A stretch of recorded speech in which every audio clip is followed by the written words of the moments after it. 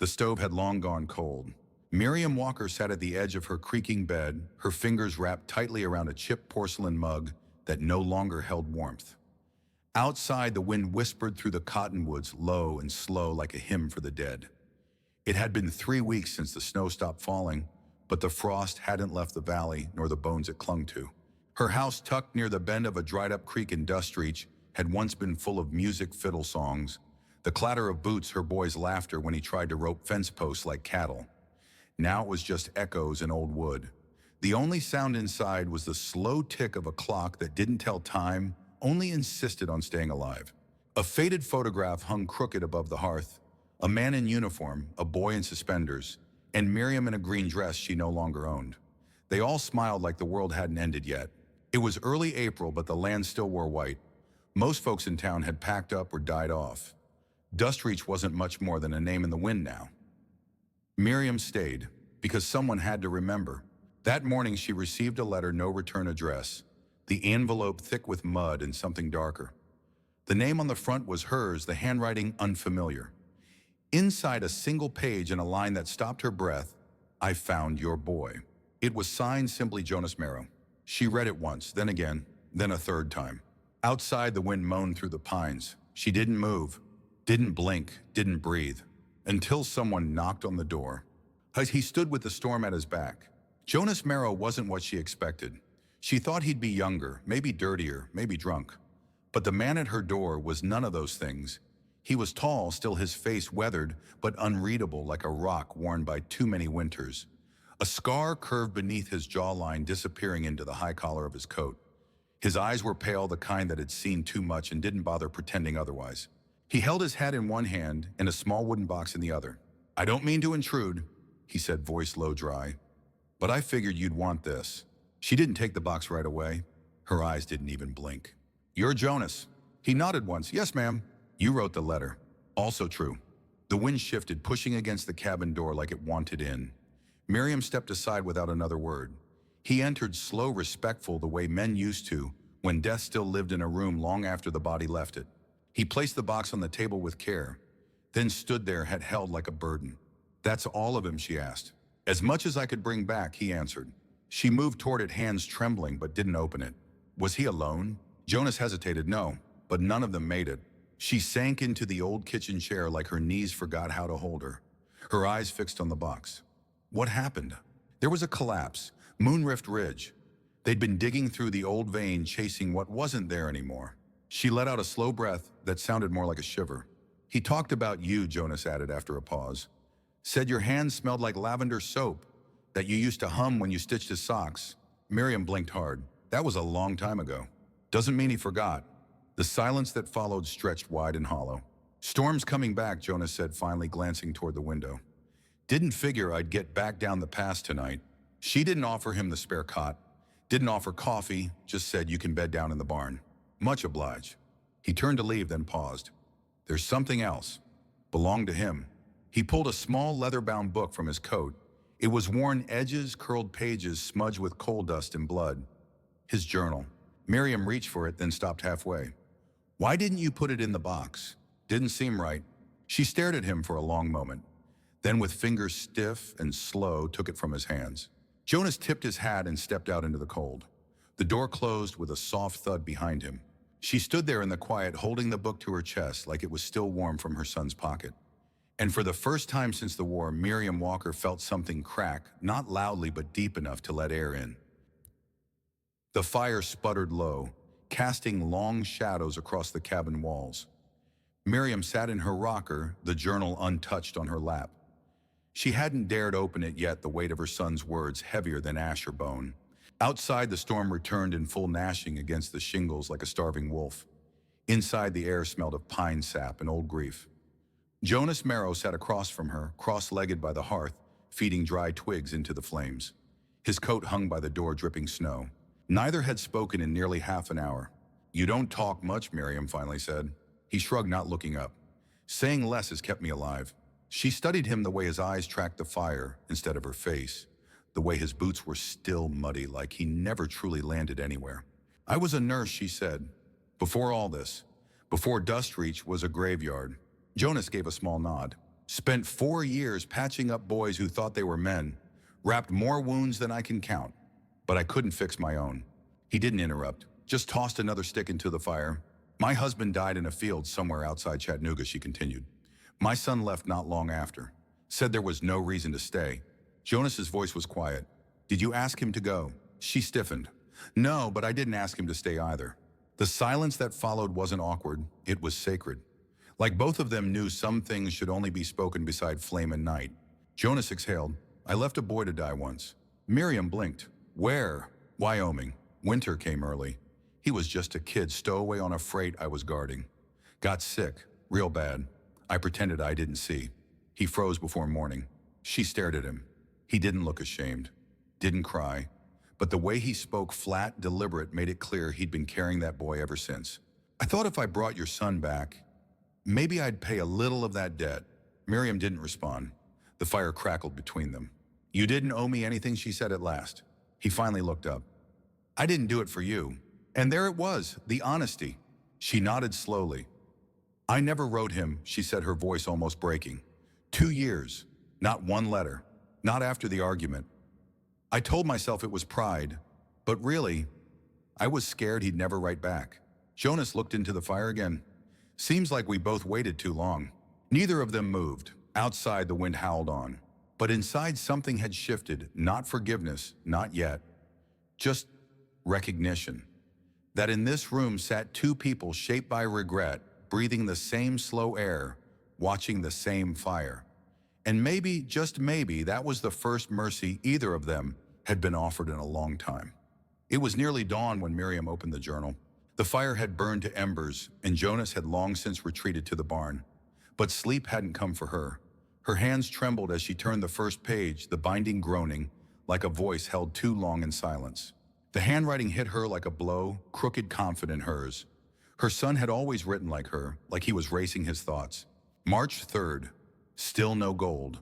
But I found a dry cave, and if I squint, it almost feels like home. Sometimes I dream of her cooking, just eggs and cornbread, but it makes my chest ache. She pressed a hand over her mouth. Each page was a breath resurrected. Scraps of a boy who had gone off a man and died somewhere in between. Notes about weather rations, a broken horse named Flint, and scattered through it like wildflowers between rocks were memories. She used to hum when she washed dishes. I'd sit at the table and pretend I hated it, but that song, I think I carry it in my ribs. Miriam closed her eyes. She flipped deeper. The ink darkened, the entries grew shorter. One page was water-stained, the words barely legible. Fell today, busted my side. Flint's gone. Cold's getting meaner. Don't think I'll make it back. And then one last entry, no date. Just a sketch smudged with thumbprints and rain. A woman with silver hair stood beside a stove. Her hands stirred a pot. A shadowy boy sat at the table, smiling faintly. Beneath it in faint pencil, he'd written, If I ever find my way back, I hope she still remembers my name.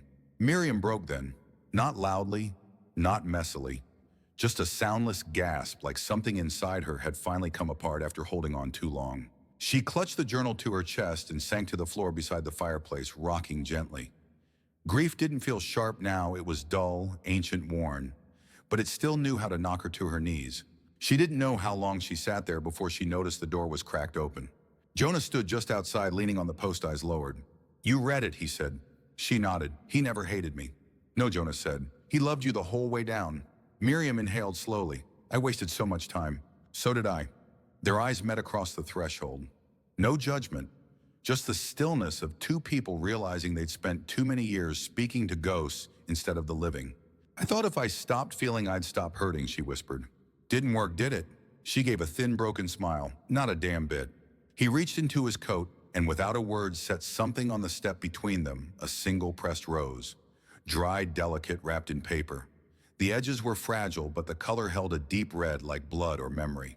She said it wouldn't survive winter, he murmured. Guess some things are more stubborn than they look. Miriam stared at it, her throat tight. Jonas turned to leave, then paused. The boy drew you smiling, he said. You should do that more often. Then he disappeared into the dark, leaving only footprints in the snow. Inside, Miriam placed the rose gently between the pages of the journal. Her hand lingered on the sketch on the words beneath. I hope she still remembers my name. I never forgot, she whispered into the silence, not once. And for the first time in years, she reached for the kettle, lit the fire again, and let its warmth settle back into the bones of the house and her own. The climb up Moonridge took all morning. Miriam hadn't ridden in years, but her hands found the reins like they'd never forgotten. Jonas led the way on a gray mule named Sable, the wooden box strapped behind his saddle. The wind was sharp, not cruel, the kind that reminded you were still alive barely. They didn't speak much. There wasn't anything left to say that hadn't already been carved into silence. The path narrowed near the crest, where the cliff broke off into sky. There, where the rock was white with frost and the sun barely touched the earth, they dismounted. Jonas unstrapped the box and placed it down gently, as if it still held breath. Miriam knelt beside it. This was where she asked. He nodded toward the ridge, just over that rise. He was with two others. Their tent collapsed after the snow came. I buried them best I could. Took him when the thaw came. She looked out across the land-jagged ridges, valleys like scars. This is where my boy died, she thought, but what she said was, it's beautiful. Jonas reached into his coat and withdrew a worn scrap of canvas. He unrolled it a cross he'd carved by hand. No name, just the shape. They worked together, stacking stones, clearing space. When the makeshift grave was ready, Miriam placed the box inside, then opened it. Her son's journal, a folded shirt, a small pouch of dirt from dust reach. She added something new. The letter she'd never sent, the one written 10 winters ago, creased at the corners. The ink faded but legible. Shamariri, I was wrong, it read. You were right to go, but I hope you come home. I'll be here if you do. Jonas placed the rose beside it. They sealed the box again. Miriam straightened hands, muddy knees aching, but she felt lighter, like some weight she hadn't realized she carried had finally cracked loose. I never gave him grace, she said, so I'm giving it now. Jonas stared at her. You just did. They stood in stillness, wind winding around them. The sun caught in Miriam's gray hair. For a moment she looked young again. Then a sound, from the trees below, soft and sharp, crying. Jonas turned first hand on his belt, but it wasn't danger. It was a child. They found him curled beneath a juniper bush, dirt smeared on his cheeks, hands, cut eyes wild with fear. He couldn't have been more than 8. Hey, Miriam whispered, kneeling. Shh, shh, now. You're all right. The boy didn't answer, didn't even look her in the eye. Jonas scanned the horizon. No horse, no pack. He's alone. Where's your family sweetheart, Miriam asked. No answer, just wide tear-bright eyes and a stifled hiccup. Jonas knelt beside her. We should take him into town, let the sheriff sort it out. Miriam touched the boy's face. Cold, but not just from weather. I've seen that look, she said softly. It's not just fear, it's loss. Jonas stood. We don't know who he is. Could be a thief's son, could be bait. He's a child. And we've both seen children turn to wolves. Miriam's voice didn't rise. So what do we do then? Leave him. Jonas hesitated. Miriam took off her shawl, wrapped it around the boy's shoulders. He didn't resist, didn't flinch. She looked up at Jonas. You carried my son home. Let me carry this one for a little while. He exhaled long and slow. This isn't simple. No, she said, but nothing worth doing ever is. They rode down slower than they came up. The boy rode with Miriam, head tucked against her chest, eyes closed. By the time they reached Dust Reach, snow had begun to fall again. Soft, steady, not angry this time. Jonas looked over as they reached the gate. You naming him? I'll wait, Miriam said. Let him speak it when he's ready. Jonas gave a slow nod. Then he said something she didn't expect. You did more than bury your boy today. She looked at him, questioning. You forgave yourself. Miriam didn't answer, just tightened her arms around the child and stared out into the falling white. She didn't know what tomorrow would bring, but for the first time in decades, she wanted to find out. Spring arrived in Dust Reach like a hesitant apology. The wind softened. The creek cracked free of its icy grip. Buds poked shyly through thawing soil as if unsure they were welcome. For the first time in years, the valley smelled of earth instead of ash. Miriam cleared out the old pantry and turned it into a room. It wasn't much a narrow bed, a blanket hand-stitched long ago, a cracked window that framed the sunrise just right. But it was his now. The boy still hadn't spoken, not even a name, but he'd stopped flinching at shadows and no longer cried in his sleep. She called him Ash, not because of sorrow, but because he came from fire and still burned quietly beneath the surface. Each day she taught him things: how to boil eggs, how to patch torn sleeves, how to count the fence posts from the porch without losing track. He learned fast. He watched everything. Some days Jonas visited, sometimes with extra seed, sometimes with tools. sometimes just with silence and coffee. They never spoke of the grave again. It had done what it needed to do. One evening, as the light curled gold through the windows, Miriam found Ash sitting on the floor with her son's journal open in his lap. He looked up wide-eyed as if he'd been caught. "It's all right," she said. "He'd have liked that." Ash tapped a drawing. "This you?" The word was faint, a whisper wrapped in dust. Miriam's heart clenched. She knelt beside him. "Yes," she said gently. "That was me. That is me." He turned a page. Another sketch. A horse, a small cabin, a woman standing in the doorway. He traced the lines with one dirty finger. "Safe," he murmured. It wasn't a question. She nodded. "Yes, love, you're safe." That night, she left the door between their rooms open just a crack. Enough for breath to pass through. Enough to say, "You're not alone anymore." A week later, she set 2 chairs by the fireplace instead of one. When Jonas arrived with a sack of apples and his usual tight-lipped nod, he noticed immediately. "You expecting someone else?" he asked. "I'm not expecting," she replied, settling into one chair. "I'm inviting." He sat across from her, the fire licking gently between them. They didn't talk about what had been lost. They didn't need to. Instead, they spoke of small things, how the mule was stubborn, how the seeds were taking root, how Ash had finally laughed when the rooster fell into the well. It was quiet, this new life, but not empty. Jonas looked at her over the rim of his mug. "You think he'll stay?" he asked. Miriam glanced toward the window where Ash was chasing a chicken in crooked circles, his bare feet kicking up dust in memory. "I hope not," she said. "I hope one day he'll want to go because he cannot, because he has to." Jonas gave a slow nod. "You're building something again," he said. She smiled, not the smile of before, but one shaped by ache and grace. "So are you." And the fire between them burned warm and steady, not fierce, not roaring, but enough. Enough to hold off the cold, enough to begin again. The snow never came back. It lingered on the peaks for a while like an old dog too stubborn to leave the porch, but the valley let it go. In its place came soft grass, slow rains, and birds bold enough to sing again.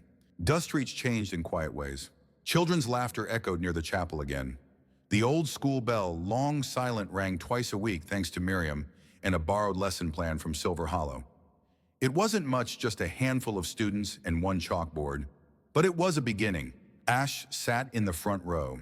Every morning he'd race Jonas's mule down the hill just to beat the others. He spoke now. Not a lot, but enough. He'd chosen to keep his name Ash. Said it reminded him not of what burned, but of what survived. Some days after lessons, he'd sit by the grave at the ridge, tracing stones with his fingertips. Not because he knew the man beneath, but because he understood what it meant to leave pieces of yourself in the dirt and try to grow anyway. Jonas never moved in, but he built a porch swing and came by often enough to keep it from collecting dust. He and Miriam rarely touched, but sometimes when the fire was low and the boy asleep, he'd hand her a book and she'd read aloud, her voice steady, as eyes quiet. It wasn't love the way songs sang it, but it was love rooted real and slow, like rivers in spring. One evening, the 3 of them sat on that swing, the boy between them, feet dangling, pockets full of rocks and wildflower petals. Ash leaned his head on Miriam's shoulder. "What's the story tonight?" he asked. She looked to Jonas, who smiled slightly and nodded. Miriam tilted her face to the sky. "There once was a woman," she began, "who lived in a place the world forgot. She lost her son, her husband, her voice, everything that once made her feel like herself." Ash blinked up at her. "Then what happened? She met a man who carried a different kind of grief, and a boy who'd forgotten how to speak. And together they built a new kind of quiet." Ash frowned. "Quiet isn't much of an ending." "No," Miriam said, smoothing his hair, "but it's a very good beginning." And that night in a town no map remembered beneath stars too old to count, the valley exhaled. No miracles, no thunder. Just the sound of wind through cottonwood, the creak of a swing, and a boy's soft breath as he fell asleep between 2 hearts that had learned how to beat again. Chum. The journal stayed on the mantel. Some pages stained, others missing. But the words it held were passed down, not just in ink, but in the way Ash walked the ridge, the way Miriam stirred soup, the way Jonas still carved crosses out of cedar for graves no one else would mark. The grave at Moonridge never grew a marker with his son's name, but wildflowers grew there now, stubborn, bright, and uninvited. Just like hope, if this story found you at a quiet hour, if it reminded you of someone you lost or someone you became, then maybe you're meant to be here too.